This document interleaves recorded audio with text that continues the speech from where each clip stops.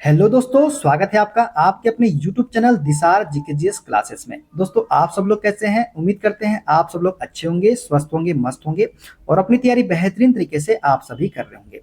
दोस्तों, हम आपको यूथ साइंस बुक का सॉल्यूशन करवा रहे हैं, जिसमें दोस्तों आज हम आपको फिजिक्स का टॉपिक दाब और घनत्व के सारे क्वेश्चन, प्रेशर एंड डेंसिटी के सारे क्वेश्चन करवाने वाले हैं। दोस्तों, वीडियो अच्छा लगे वीडियो को लाइक कर दीजिएगा, शेयर कर दीजिएगा, कमेंट कर दीजिएगा। चैनल पे नए हैं चैनल को सब्सक्राइब करके बेल आइकन को प्रेस कर लीजिएगा। और दोस्तों, हमसे जुड़ने के लिए, क्लास के अपडेट के लिए आप हमारा टेलीग्राम चैनल ज्वाइन कर सकते हैं। टेलीग्राम चैनल का लिंक मैंने डिस्क्रिप्शन बॉक्स में आपको दे दिया है। दोस्तों, सभी की प्लेलिस्ट भी हमने आपके लिए बना दी है, तो प्लेलिस्ट में जाके भी आप सारी वीडियोस देख सकते हैं। चलिए दोस्तों, देर ना करते हुए स्टार्ट करते हैं आज का अपना सेशन। दोस्तों, आज हम पढ़ेंगे दाब प्रेशर के सारे क्वेश्चन। देखते हैं पहला क्वेश्चन। किसी परिरुद्ध द्रव्यमान के तरल पर लगने वाला दाब किस दिशा में संचारित होता है? दोस्तों, किसी परिरुद्ध द्रव्यमान के तरल पर लगने वाला दाब जो है ये सभी दिशाओं में बिना घटे संचारित होता है। क्या होता है? सभी दिशाओं में बिना घटे संचारित होता है। दोस्तों, बात करें दाब की, तो दाब वह भौतिक राशि है जिसे प्रति इकाई क्षेत्रफल पर कार्यरत बल के रूप में परिभाषित किया जाता है। किसी परिरुद्ध द्रव्यमान के तरल पर लगने वाला दाब सभी दिशाओं में बिना घटे संचारित होता है। दाब का एसआई मात्रक क्या होता है? तो पास्कल होता है। ठीक है, देखते हैं अगला क्वेश्चन। किसी वस्तु द्वारा सतह पर लंबवत लगाए गए बल को क्या कहा जाता है? दोस्तों, किसी वस्तु द्वारा सतह पर लंबवत लगाए बल को ये कहा जाता है प्रणोद। क्या कहा जाता है? प्रणोद कहा जाता है। किसी वस्तु द्वारा सतह पर लंबवत लगाए गए बल को प्रणोद थ्रस्ट कहा जाता है। यह एक अभिक्रिया बल है। किसी वस्तु पर लगने वाला बल जो एक सामान्य संपर्क सतह के लंबवत होता है उसे अभिलंब बल हम कहते हैं। क्या कहते हैं? अभिलंब बल। देखते हैं अगला क्वेश्चन। एक वायुमंडलीय दाब डैश के बराबर होता है। दोस्तों, एक वायुमंडलीय दाब जो है ये बराबर होता है 1.01 इंटू 10 की पावर 5 पास्कल के। किसके? 1.01 इंटू 10 की पावर 5 पास्कल के बराबर होता है एक वायुमंडलीय दाब बराबर। दोस्तों, पृथ्वी के वायुमंडल में हवा के अणुओं द्वारा लगाए गए दाब को वायुमंडलीय दाब हम कहते हैं। इसका मापन करने के लिए बैरोमीटर का उपयोग किया जाता है। वायुमंडलीय दाब का एसआई मात्रक पास्कल है और एक वायुमंडलीय दाब बराबर होता है 1.01 इंटू 10 की पावर 5 पास्कल के बराबर। ठीक है। किसी पिंड पर डाला गया दाब 10 न्यूटन प्रति मीटर स्क्वायर है। यदि पिंड का क्षेत्रफल 2 मीटर स्क्वायर है तो पिंड पर लगने वाला प्रणोद क्या होगा? दोस्तों, प्रणोद के बारे में हमसे पूछा है और हम जानते हैं प्रणोद बराबर क्या होता है। प्रणोद बराबर होता है दोस्तों दाब इंटू क्षेत्रफल। क्या होता है? दाब इंटू क्षेत्रफल होता है प्रणोद बराबर। ये आपको याद रखना है। क्या होता है प्रणोद बराबर? दाब इंटू क्षेत्रफल। अब दाब कितना है दोस्तों? 10 न्यूटन है। 10 न्यूटन दाब है। क्षेत्रफल कितना है दोस्तों? 2 मीटर स्क्वायर। 2 कर लेंगे, 2 दहाम 20, तो 20 न्यूटन जो है राइट आंसर हमारा निकल के आ जाएगा। कितना? 20 न्यूटन। दोस्तों, किसी सतह पर लंबवत दिशा में कार्य करने वाले बल को ही हम क्या बोलते हैं? प्रणोद कहते हैं। यह एक कैसी राशि है? तो यह एक सदिश राशि है। देखिए, पिंड पर डाला गया दाब की पी कितना है? 10 न्यूटन प्रति मीटर स्क्वायर। पिंड का क्षेत्रफल कितना है? 2 मीटर स्क्वायर। और पिंड पर लगने वाला प्रणोद बल क्या होता है? दाब इंटू क्षेत्रफल होता है। तो 10 इंटू 2 करेंगे तो 20 न्यूटन निकल के हमारा आंसर आ जाएगा। ठीक है, देखते हैं अगला क्वेश्चन। हाइड्रोलिक ब्रेक और हाइड्रोलिक लिफ्ट जैसे उपकरण किस भौतिक नियम या सिद्धांत के आधार पर कार्य करते हैं? दोस्तों, हाइड्रोलिक ब्रेक और हाइड्रोलिक लिफ्ट जैसे उपकरण जो है ये पास्कल के नियम के सिद्धांत पर कार्य करते हैं। किसके? पास्कल के नियम के सिद्धांत पर। दोस्तों, पास्कल के नियम के अनुसार बंद पात्र में रखे गए अथवा किसी परिरुद्ध तरल पर लगाया गया बाह्य स्थितिक दाब पूरे तरल में सभी दिशाओं में समान रूप से वितरित या प्रेषित होता है। क्या बोलता है पास्कल के नियम? बंद पात्र में रखे गए अथवा किसी परिरुद्ध तरल पर लगाया गया बाह्य स्थितिक दाब पूरे तरल में सभी दिशाओं में समान रूप से वितरित या प्रेषित होता है। हाइड्रोलिक ब्रेक और हाइड्रोलिक लिफ्ट जैसे उपकरण पास्कल के नियम या सिद्धांत के आधार पर ही कार्य करते हैं। ठीक है, देखते हैं अगला क्वेश्चन। वायुमंडलीय दाब को मापने की विधि सबसे पहले डैश द्वारा तैयार की गई थी। दोस्तों, वायुमंडलीय दाब को मापने की विधि सबसे पहले जो तैयार की गई थी वो की गई थी टोरिसेली के द्वारा। किसके द्वारा? टोरिसेली के द्वारा जो है वायुमंडलीय दाब को मापने की विधि सबसे पहले तैयार की गई थी। दोस्तों, वायुमंडलीय दबाव को मापने की विधि सबसे पहले इतालवी वैज्ञानिक इवेंजेलिस्टा टोरिसेली ने तैयार किया था। उन्होंने वर्ष 1643 में बैरोमीटर का आविष्कार किया था। बैरोमीटर एक ऐसा उपकरण है जिसके माध्यम से वायुमंडलीय दबाव को मापा जाता है। बैरोमीटर में पानी, हवा या पारा का प्रयोग किया जाता है। ठीक है, देखते हैं अगला क्वेश्चन।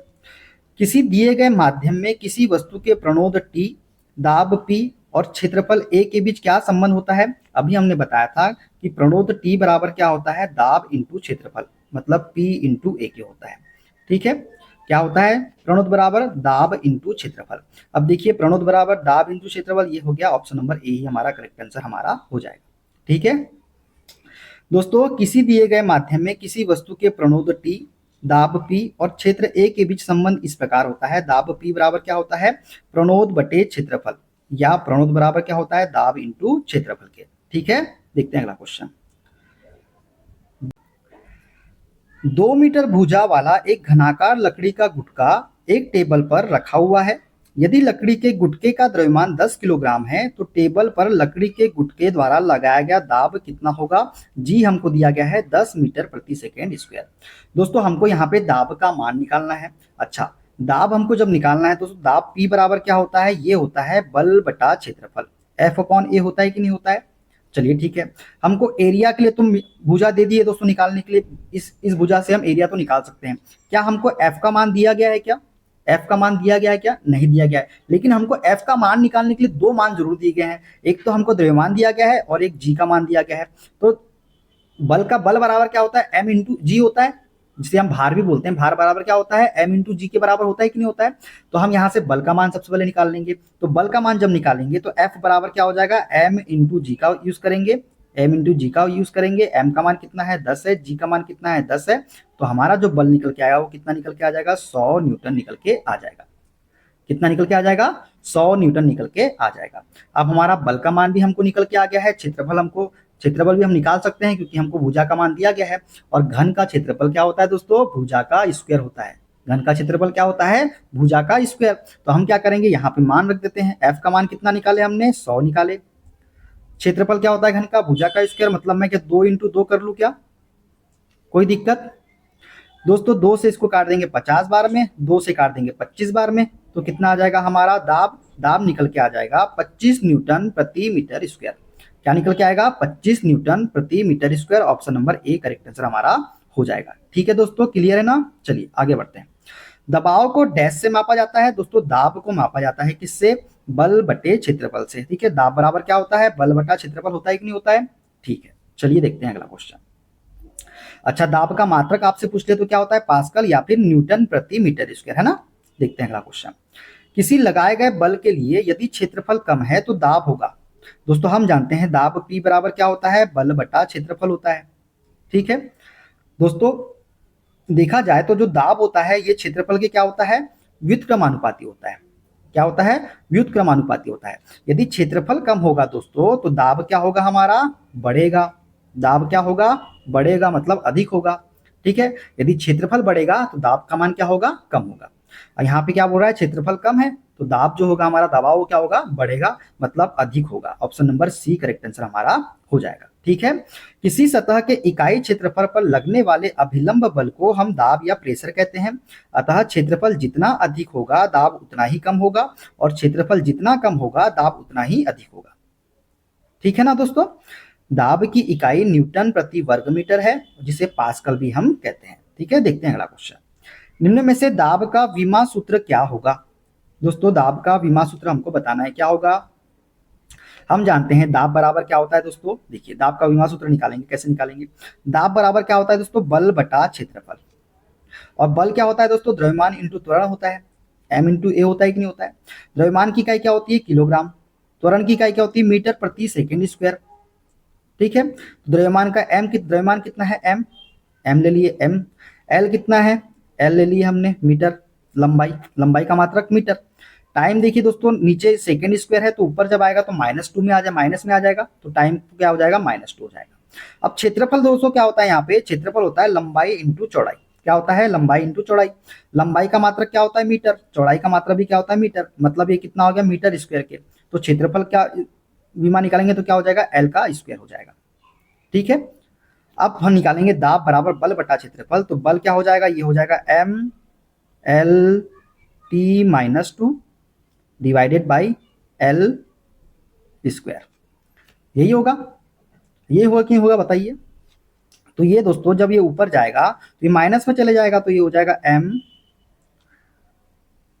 ये एल एक प्लस में है, यहाँ माइनस में जाएगा तो L-1 T-2 क्या हो जाएगा, Ml-1 T-2, Ml-1 T-2 हो जाएगा कि नहीं हो जाएगा। ठीक है, तो इसका राइट आंसर क्या हो जाएगा, Ml-1 T-2, option number B correct answer हमारा हो जाएगा।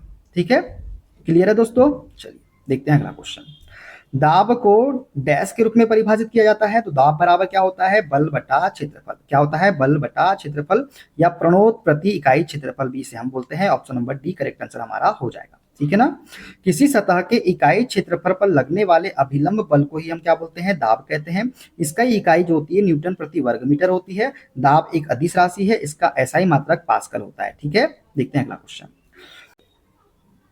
यदि हम किसी दिए गए बल के क्षेत्र को बढ़ाते हैं तो इसमें दाब प्रति इकाई क्षेत्र डैश होगा। दोस्तों, यदि हम किसी दिए गए बल के क्षेत्र को बढ़ाते हैं, मतलब क्षेत्रफल को बढ़ाते हैं, तो इसमें दाब क्या होगा, हम जानते हैं दाब P बराबर क्या होता है, बल बटा क्षेत्रफल। क्या होता है, बल बटा क्षेत्रफल होता है, F/A होता है ना। यदि हम इसके क्षेत्रफल को बढ़ाएंगे दोस्तों, तो दाब क्या हो जाएगा, कम हो जाएगा। क्या हो जाएगा, दाब हमारा कम हो जाएगा। यदि क्षेत्रफल को हम कम करेंगे तो दाब क्या होगा, अधिक हो जाएगा। तो क्या बोला है, बल के क्षेत्रफल को बढ़ाते हैं तो दाब भी क्या हो जाएगा, दाब अगर क्षेत्रफल को बढ़ाएंगे तो दाब जो होगा हमारा कम हो जाएगा। क्या हो जाएगा, कम हो जाएगा। ठीक है दोस्तों, किसी सतह के एकांक क्षेत्रफल पर लगने वाले बल को हम दाब कहते हैं। जिस वस्तु का क्षेत्रफल जितना कम होता है वह उस सतह पर उतना ही अधिक दाब डालती है। अर्थात हम कह सकते हैं कि यदि किसी सतह या वस्तु के क्षेत्रफल को बढ़ाते हैं तो उस सतह पर दाब क्या होगा, कम होगा। ठीक है, ठीक है।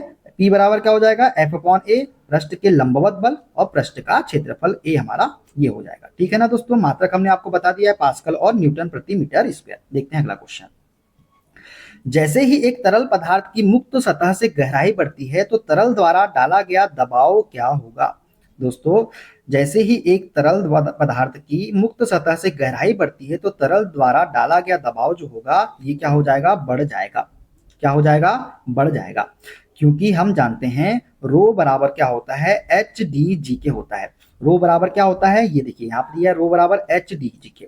ठीक है, यहाँ पे P क्या है, दाब है, H क्या है, गहराई है, D हमारा घनत्व है, G क्या है, गुरुत्वीय त्वरण है। ठीक है ना। तो दबाव जो होगा P क्या होगा, ये क्या हमारा P है, P बराबर क्या हो जाएगा, HdG के। तो इसने क्या बोला है, क्वेश्चन देखिए दोस्तों। जैसे ही एक तरल पदार्थ की मुक्त सतह से गहराई बढ़ती है तो H हमारी क्या है, गहराई है, और गहराई जो है ये दाब के क्या है, अनुक्रमानुपाती है। यदि गहराई बढ़ेगी तो दाब भी क्या होगा, बढ़ेगा। घनत्व बढ़ेगा तो दाब भी बढ़ेगा। गुरुत्वीय त्वरण का मान बढ़ेगा तो दाब बढ़ेगा। क्लियर है ना, समझ गए, क्लियर दोस्तों। अच्छा ठीक है, ठीक है दोस्तों। चूंकि हम जानते हैं P बराबर HdG के, यहाँ पे P हमारा दाब है, H गहराई है, D घनत्व है और G क्या है, तो गुरुत्वीय त्वरण है। इसलिए गहराई में जाने पर तरल द्वारा डाला गया दबाव क्या हो जाएगा, बढ़ जाएगा। तो ऑप्शन नंबर कौन सा सही हो जाएगा, ऑप्शन नंबर इसका C वाला सही हो जाएगा। ठीक है दोस्तों, चलिए आगे बढ़ते हैं। उदाहरण की बात कर लेते हैं। छत पर रखी पानी की टंकी के पानी का दाब निचले तल पर कैसा होता है, अधिक होता है। ठीक है ना, ये इसका उदाहरण है। ठीक है, देखते हैं अगला क्वेश्चन। जैसे ही एक तरल पदार्थ की मुक्त सतह से गहराई कम होती है तो तरल द्वारा डाला गया दबाव, अभी हमने बताया ना, P बराबर क्या होता है, HdG के होता है। यदि गहराई कम होगी दोस्तों तो दबाव भी क्या होगा, कम होगा। क्या होगा, गहराई कम होगी तो दबाव भी क्या होगा, कम होगा। क्योंकि P बराबर क्या होता है, HdG के। H क्या है, यहाँ पे गहराई है, D क्या है हमारा, घनत्व है, G क्या है हमारा, गुरुत्वीय त्वरण है। ठीक है, ये जो दाब है ये ऊंचाई, घनत्व, गुरुत्वीय त्वरण की कैसा है, अनुक्रमानुपाती है। यदि कम करोगे गहराई को तो दाब भी कम होगा, बढ़ाओगे गहराई को तो दाब भी बढ़ेगा। घनत्व को हम कम करोगे तो दाब भी कम होगा, घनत्व को बढ़ाओगे तो दाब भी बढ़ेगा।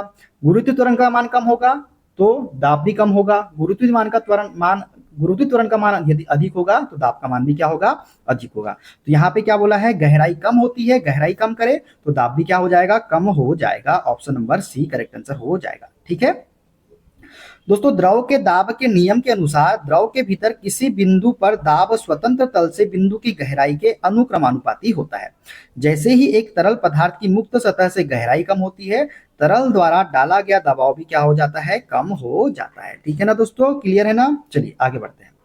थ्रस्ट प्रति इकाई क्षेत्र को क्या कहा जाता है? थ्रस्ट प्रति इकाई क्षेत्र को क्या कहा जाता है दोस्तों, बताओ। दोस्तों हम जानते हैं P बराबर क्या था, प्रणोद T अपॉन A था कि नहीं था? तो यही क्या है, थ्रस्ट है हमारा। थ्रस्ट प्रति इकाई क्षेत्र को ही हम क्या बोलते हैं, दाब कहते हैं। Option number C correct answer हो जाएगा। ठीक है, थ्रस्ट प्रति इकाई क्षेत्र को दाब कहा जाता है, अर्थात किसी सतह के एकांक क्षेत्रफल पर लगने वाले बल को दाब कहते हैं। यदि ए क्षेत्रफल के क्षेत्र पर लगने वाला बल F है तो दाब P बराबर क्या होता है, बल बटा क्षेत्रफल होता है। इसका SI मात्रक न्यूटन प्रति मीटर स्क्वायर या फिर पास्कल होता है। ठीक है ना, चलिए देखते हैं। ऊंचाई पर उड़ते हुए विमान के केबिन के अंदर का दबाव डैश होता है। दोस्तों ऊंचाई पर उड़ते हुए विमान के केबिन के अंदर का दबाव कैसा होता है दोस्तों, बाहर की तुलना में बहुत अधिक होता है। कैसा होता है, बाहर की तुलना में अधिक होता है। दोस्तों ऊंचाई पर उड़ते हुए विमान के केबिन के अंदर का दबाव बाहर के दबाव की तुलना में अधिक होता है। रॉकेट के भीतर एक कक्षा में ठोस या तरल ईंधन को ऑक्सीजन की उपस्थिति में जलाया जाता है, जिससे उच्च दाब पर गैस उत्पन्न होती है। ठीक है, एक निश्चित तापमान पर वायु का दबाव डैश के अनुपातिक होता है। दोस्तों एक निश्चित तापमान पर वायु का दबाव जो है ये किसके अनुपातिक होता है, बताइए। अरे अभी हमने पढ़ा था कि नहीं पढ़ा था, P बराबर HdG। तो जो दबाव होता है किस किस के अनुपातिक होता है, गहराई के, घनत्व के, गुरुत्व त्वरण के। यहाँ क्या क्या क्या दिया है, घनत्व दिया है ना, हाँ घनत्व आ जाएगा दोस्तों इसका आंसर। वेग के होता है क्या, नहीं वेग नहीं है। आयतन के होता है कि नहीं, दूरी के होता है क्या, नहीं। तो आप ये फॉर्मूला अगर याद रखोगे तो फॉर्मूले से आप क्वेश्चन को सही कर पाओगे। अगर आपको ये फॉर्मूला ही याद नहीं होगा, ये सूत्र याद नहीं होगा, तो आप कैसे करोगे। अभी हमने आपको बता दिया ना, अब याद रख लोगे ना। चलिए, तो क्या हो जाएगा, एक निश्चित तापमान पर वायु का दबाव किसके अनुपातिक होता है, घनत्व के अनुपातिक होता है। ठीक है ना, चलिए। एक निश्चित तापमान पर वायु का दबाव वायु दाब घनत्व के अनुपातिक होता है। ज्ञात है कि वायु दाब ऊंचाई बढ़ने के साथ साथ कम होता जाता है। जो दाब है दोस्तों, ऊंचाई बढ़ेगी तो कम होगा, जबकि तापमान के बढ़ने के साथ साथ घटता जाता है। वायु दाब को बैरोमीटर द्वारा मापा जाता है। ठीक है ना दोस्तों, क्लियर है ना। चलिए देखते हैं अगला क्वेश्चन। दाब को किस प्रकार परिभाषित किया जाता है। दोस्तों दाब को परिभाषित किस प्रकार किया जाता है, तो प्रणोद प्रति एकक क्षेत्रफल। हम जानते हैं दाब P बराबर क्या होता है, थ्रस्ट बटे क्षेत्रफल या बल बटा क्षेत्रफल। ठीक है ना, देखते हैं अगला क्वेश्चन। यदि एक बांध में जल की गहराई H है तथा A जल का अनुप्रस्थ क्षेत्रफल तथा T बांध की मोटाई है, तब बांध की दीवार पर लगने वाला दाब किस प्रकार निर्भर होगा। क्या क्या दिया है दोस्तों, एक बांध में जल की गहराई कितनी है, H है। A क्या है, जल का अनुप्रस्थ क्षेत्रफल है। ठीक है, T क्या है, बांध की मोटाई है। तब बांध की दीवार पर लगने वाला दाब किस प्रकार निर्भर होगा, तो ये निर्भर होगा इनमें से किसी पर नहीं।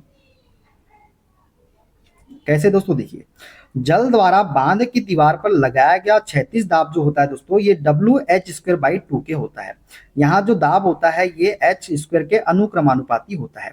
जल द्वारा बांध की दीवार पर लगाया गया क्षैतिज दाब भरे जल की ऊंचाई पर निर्भर करता है। किस पर निर्भर करता है, भरे जल की ऊंचाई पर निर्भर करता है। तो इसका राइट आंसर क्या हो जाएगा, इनमें से कोई नहीं। ठीक है, क्लियर दोस्तों। तो ये याद रखना है, जल द्वारा बांध की दीवार पर लगाया गया क्षैतिज दाब P बराबर क्या होता है, WH² के, जहां पे P किसके अनुक्रमानुपाती होता है, H² के, मतलब भरे जल की ऊंचाई। ठीक है, क्लियर ना दोस्तों। दोस्तों अब हम पढ़ेंगे घनत्व डेंसिटी के सारे क्वेश्चन। देखते हैं पहला क्वेश्चन। खाना पकाते समय यदि पानी और सरसों के तेल को मिश्रित कर दिया जाए तो तेल पानी की सतह पर तैरने लगता है, क्योंकि। दोस्तों खाना पकाते समय यदि पानी और सरसों के तेल को मिश्रित कर दिया जाता है तो देखिए आप भी देखते होंगे तेल जो है ये पानी की सतह पर क्या होता है, तैरने लगता है। देखा होगा आपने, सबने देखा होगा इस चीज को। तो ऐसा क्यों होता है, ऐसा इसलिए होता है दोस्तों क्योंकि सरसों के तेल का जो घनत्व होता है ना, वो पानी से क्या होता है, पानी के घनत्व से कम होता है। इस वजह से तेल जो है पानी की सतह पर क्या होता है, तैरने लगता है। तो ऑप्शन डी इसका करेक्ट आंसर हमारा हो जाएगा। ठीक है ना, खाना पकाते समय यदि पानी और सरसों के तेल को मिश्रित कर दिया जाए तो तेल पानी की सतह पर तैरने लगता है, क्योंकि सरसों के तेल का घनत्व जो होता है ये पानी से कैसा होता है, कम होता है। सरसों के तेल का घनत्व कितना होता है, ये लगभग 0.92 ग्राम प्रति मिलीलीटर होता है, और पानी का घनत्व 1 ग्राम प्रति मिलीलीटर होता है। ठीक है ना, देखते हैं अगला क्वेश्चन। पानी का घनत्व क्या होता है दोस्तों, ये होता है दोस्तों 1000 किलो प्रति घन मीटर। तो ऑप्शन ए करेक्ट आंसर इसका हो जाएगा। जल का घनत्व 1000 किलोग्राम प्रति मीटर क्यूब होता है। जल H2O पृथ्वी की सतह पर सर्वाधिक मात्रा में पाया जाने वाला एक अणु है जो इस ग्रह की सतह के 70% का गठन करता है। आमतौर पर मानव शरीर में जल की मात्रा 55 से 78% तक होती है। ठीक है ना, देखते हैं अगला क्वेश्चन। मास प्रति यूनिट वॉल्यूम क्या होता है? दोस्तों मास प्रति यूनिट वॉल्यूम क्या होता है? तो ये घनत्व होता है दोस्तों। क्या होता है? घनत्व होता है। द्रव्यमान बटे आयतन क्या कहलाता है? घनत्व कहलाता है। क्या कहलाता है? घनत्व कहलाता है, द्रव्यमान बटे आयतन। ठीक है ना, मतलब घनत्व बराबर क्या होता है? घनत्व बराबर होता है दोस्तों, याद रखिएगा आप, द्रव्यमान बटे आयतन। ठीक है, द्रव्यमान बटे आयतन। ठीक है ना, तो क्या हो जाएगा दोस्तों? मास प्रति यूनिट वॉल्यूम घनत्व है। लंबाई, समय और द्रव्यमान के लिए मात्रक क्रमशः क्या होते हैं? लंबाई का मात्रक मीटर, समय का मात्रक सेकेंड और द्रव्यमान का मात्रक क्या होता है? किलोग्राम होता है, जिसका हम प्रयोग करते हैं। ठीक है ना, शुद्ध पानी का घनत्व लवण युक्त पानी के घनत्व से डैश होता है। तो दोस्तों शुद्ध पानी का घनत्व जो है ये लवण युक्त पानी के घनत्व से कम होता है। कैसा होता है? कम होता है। ठीक है ना, चलिए, निम्नलिखित कारणों में से किसके कारण बादल आकाश में तैरते हैं? तो दोस्तों निम्न घनत्व के कारण जो है बादल जो होते हैं ये आकाश में तैरते हैं। बादलों के आकाश में तैरने का कारण उनका निम्न घनत्व है। कम घनत्व होने के कारण ही बादलों का भार वायु में कम रहता है और वे तैरते रहते हैं। ठीक है ना, चलिए, बर्फ पर पानी तैरती है। बर्फ पानी पर तैरती है क्योंकि इसका घनत्व क्यों होता है? क्या होता है दोस्तों? बर्फ पानी पर तैरती है क्योंकि बर्फ का घनत्व जो होता है ये पानी से कम होता है। क्या होता है? पानी से कम होने की वजह से बर्फ जो है पानी में तैरती है। बर्फ पानी पर तैरती है क्योंकि इसका घनत्व पानी के घनत्व से कम होता है। बर्फ का घनत्व पानी के घनत्व से 9% कम होता है। पानी का घनत्व घनत्व कितना होता है? पानी का घनत्व जो है दोस्तों 4 डिग्री सेल्सियस पर अधिकतम होता है। ये भी आपको याद रखना है। ठीक है ना, चलिए देखते हैं अगला क्वेश्चन। एक पदार्थ के घनत्व को डैश के रूप में परिभाषित किया जाता है। दोस्तों अभी हमने बताया घनत्व बराबर क्या होता है? द्रव्यमान बटे आयतन। तो द्रव्यमान प्रति इकाई आयतन इसका करेक्ट आंसर हो जाएगा ऑप्शन नंबर ए वाला। ठीक है, किसी वस्तु का घनत्व उसके द्रव्यमान तथा आयतन का अनुपात होता है। द्रव्यमान घनत्व बराबर क्या होता है? द्रव्यमान बटे आयतन के होता है। ठीक है, किसी वस्तु के एकांक आयतन के द्रव्यमान को उस वस्तु का हम घनत्व कहते हैं। इसका मात्रक जो होता है किलोग्राम प्रति घन मीटर, मतलब किलोग्राम प्रति मीटर क्यूब होता है। ठीक है, घनत्व का मात्रक। चलिए देखते हैं अगला क्वेश्चन। पदार्थ के एकांक आयतन के द्रव्यमान को क्या कहा जाता है? तो घनत्व कहा जाता है दोस्तों। घनत्व बराबर क्या होता है? द्रव्यमान बटे आयतन के। ठीक है, चलिए, चांदी का आपेक्षिक घनत्व 10.8 है। पानी का घनत्व 10 का क्यूब किलोग्राम प्रति मीटर क्यूब है। एसआई मात्रक में चांदी का घनत्व क्या होगा? दोस्तों चांदी का घनत्व हमको निकालना है तो क्या हो जाएगा? इन दोनों का हो जाएगा ये 10.8 इंटू 10 की पावर 3 किलोग्राम प्रति मीटर क्यूब के। तो ऑप्शन नंबर ए वाला ही करेक्ट आंसर हमारा हो जाएगा। ठीक है दोस्तों, किसी पदार्थ का घनत्व तथा जल के घनत्व का अनुपात आपेक्षिक घनत्व कहलाता है। क्या कहलाता है? आपेक्षिक घनत्व क्या होता है? किसी पदार्थ का घनत्व तथा जल के घनत्व का अनुपात क्या कहलाता है? आपेक्षिक घनत्व कहलाता है। शुद्ध जल का 4 डिग्री सेल्सियस पर आपेक्षिक घनत्व कितना होता है? 1 होता है। जैसे चांदी का आपेक्षिक घनत्व 10.8 है, पानी का घनत्व 10 का क्यूब किलोग्राम प्रति मीटर क्यूब है, तब एसआई मात्रक में चांदी का घनत्व जो होगा ये होगा 10.8 इंटू 10 की पावर 3 किलोग्राम प्रति मीटर क्यूब। ठीक है, देखते हैं अगला क्वेश्चन। निम्न में से किसका घनत्व जल के घनत्व से अधिक होता है? तो जल के घनत्व से किसका घनत्व अधिक होता है दोस्तों? तो ये होता है लोहे की कील का। लोहे की कील का घनत्व जो होता है जल के घनत्व से अधिक होता है, तभी तो वो पानी में डूब जाती है। अगर जल के घनत्व से कम होता लोहे की कील का घनत्व तो पानी में तैरती रहती। तो जल के घनत्व से अधिक किसका होता है? लोहे की कील का होता है। ठीक है, लोहे के कील का घनत्व जल के घनत्व से अधिक होता है, इसलिए वह जल में डूब जाएगा। जबकि अन्य तीनों विकल्प में दिए गए पदार्थों का घनत्व जो होता है इस जल के घनत्व से कम होने के कारण ये तीनों तैरते रहेंगे। ठीक है ना, चांदी का घनत्व 10.8 इंटू 10 की पावर 3 किलोग्राम प्रति मीटर क्यूब और पानी का घनत्व 10 की पावर 3 किलोग्राम प्रति मीटर क्यूब है। चांदी का आपेक्षिक घनत्व क्या होगा दोस्तों? तो ये हो जाएगा 10.8। ठीक है ना, क्लियर। चलिए दोस्तों, चांदी का घनत्व कितना है? ये है 10.8 इंटू 10 की पावर 3 किलोग्राम प्रति मीटर क्यूब। पानी का घनत्व कितना है? 10 की पावर 3 किलोग्राम प्रति मीटर क्यूब। और आपेक्षिक घनत्व बराबर क्या होता है? चांदी का घनत्व बटे पानी का घनत्व। चांदी का घनत्व कितना है, ये है 10.8 इंटू 10⁻³ और पानी का घनत्व कितना है 10⁻3। 10⁻3 से 10⁻3 कट जाएगा तो 10.8 इसका करेक्ट आंसर हो जाएगा। तो आपको याद रखना है आपेक्षिक घनत्व बराबर क्या होता है, चांदी का घनत्व बटे पानी का घनत्व। ठीक है, चलिए देखते हैं अगला क्वेश्चन। सापेक्ष घनत्व डैश के बराबर होता है। दोस्तों सापेक्ष घनत्व जो होता है ये होता है क्या, पदार्थ का घनत्व बटे पानी का घनत्व। ठीक है, पदार्थ का घनत्व बटे पानी का घनत्व, option number C correct answer हमारा हो जाएगा। किसी तरल या पदार्थ का सापेक्षिक घनत्व उस पदार्थ का घनत्व तथा जल के घनत्व का क्या होता है, अनुपात होता है। मतलब सापेक्ष घनत्व बराबर होता है पदार्थ का घनत्व डिवाइडेड बाई जल का घनत्व के। ठीक है, देखते हैं अगला क्वेश्चन। जब पानी से भरे हुए एक बीकर में एक कॉर्क और कील को रखा जाता है तो कॉर्क तैरता है जबकि कील डूब जाती है, इसके पीछे का कारण क्या है। अब देखिए दोस्तों, दो चीज है, एक है हमारे पास कॉर्क और एक है हमारे पास में क्या है, कील मतलब कीला। ठीक है, कॉर्क तैर रहा है, कॉर्क तैर रहा है मतलब क्या होगा, कॉर्क का जो घनत्व होगा ना वो पानी के घनत्व से कम होगा, तभी कॉर्क क्या है, तैर रहा है। ठीक है, कील डूब जा रही है, कील इसलिए डूब जा रही है क्योंकि कील का जो घनत्व है वो पानी के घनत्व से क्या है, अधिक है। तो इसके पीछे का कारण क्या होगा, तो कॉर्क का घनत्व जो होगा वो पानी के घनत्व से क्या होगा, कम होगा। कॉर्क का घनत्व पानी के घनत्व से कम होगा। अब पहला दिए ऑप्शन, कॉर्क का घनत्व पानी के घनत्व से अधिक है, नहीं दोस्तों, अगर अधिक होता तो कॉर्क भी डूब जाता है ना। लोहे की कील का घनत्व पानी के घनत्व से अधिक है, हाँ बिल्कुल सही बात है, लोहे की कील का घनत्व जो है पानी के घनत्व से अधिक है, इसी वजह से वो क्या हो रही है, पानी में डूब जा रही है। लोहे की कील का द्रव्यमान कॉर्क के द्रव्यमान से अधिक है, नहीं दोस्तों, द्रव्यमान का तो कोई लेना देना नहीं है इसमें। कॉर्क का द्रव्यमान लोहे की कील के द्रव्यमान से अधिक है, नहीं दोस्तों, इससे भी कोई लेना देना नहीं है, घनत्व से लेना देना है हमको। तो ऑप्शन नंबर बी वाला ही इसका क्या हो जाएगा, करेक्ट आंसर हो जाएगा। ठीक है, जब पानी से भरे हुए बीकर में एक कॉर्क और कील को रखा जाता है तो कॉर्क तैरता है जबकि कील डूब जाती है, क्योंकि लोहे की कील का घनत्व जो होता है ये पानी के घनत्व से अधिक होता है। क्लियर है ना दोस्तों, एकदम समझ गए ना। चलिए आगे बढ़ते हैं नेक्स्ट क्वेश्चन की ओर।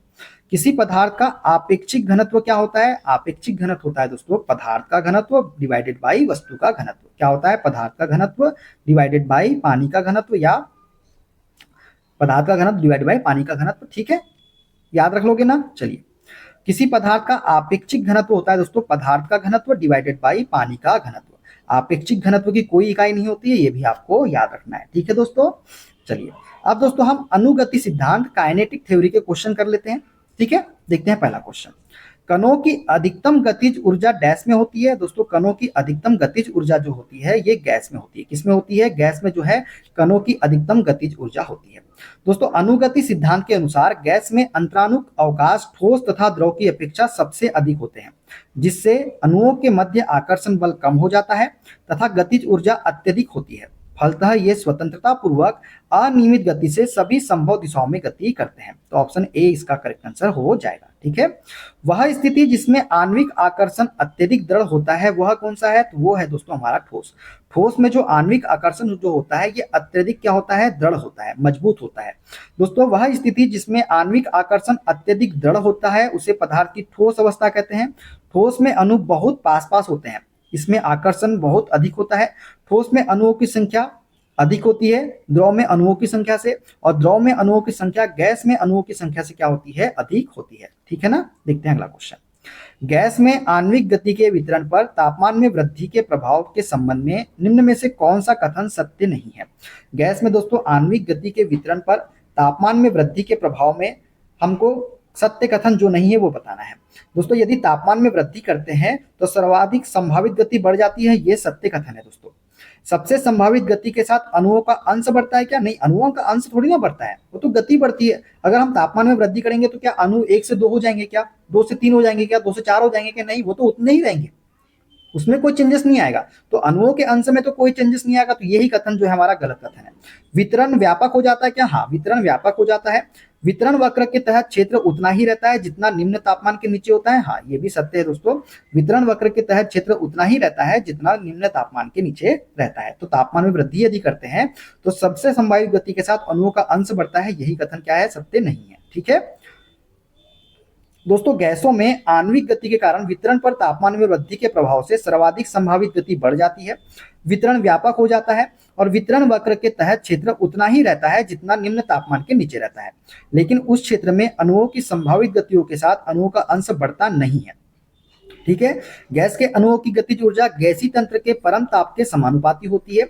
गैस के अणु एक दूसरे को आकर्षित नहीं करते तथा वे स्वतंत्र होकर घूमते हैं। ठीक है, देखते हैं अगला क्वेश्चन। गैस अनुगति सिद्धांत के अनुसार परम शून्य तापमान की प्राप्ति तभी होती है जब क्या होता है। दोस्तों, गैस अनुगति सिद्धांत के अनुसार परम शून्य तापमान की प्राप्ति तभी होती है जब अणुओं की गतिज ऊर्जा क्या हो जाए, शून्य हो जाए। ऑप्शन नंबर सी इसका करेक्ट आंसर हो जाएगा। गैस अनुगति सिद्धांत के अनुसार परम शून्य तापमान की प्राप्ति तभी होती है जब अणुओं की गतिज ऊर्जा क्या हो जाए, शून्य हो जाए। ठीक है। गैस अणु सिद्धांत काइनेटिक थ्योरी ऑफ गैसेस के अनुसार परम शून्य तापमान की प्राप्ति तभी होती है जब अणुओं की गतिज ऊर्जा क्या हो जाए, शून्य हो जाए। गैसों का अनुगति सिद्धांत हम देख लेते हैं क्या होता है।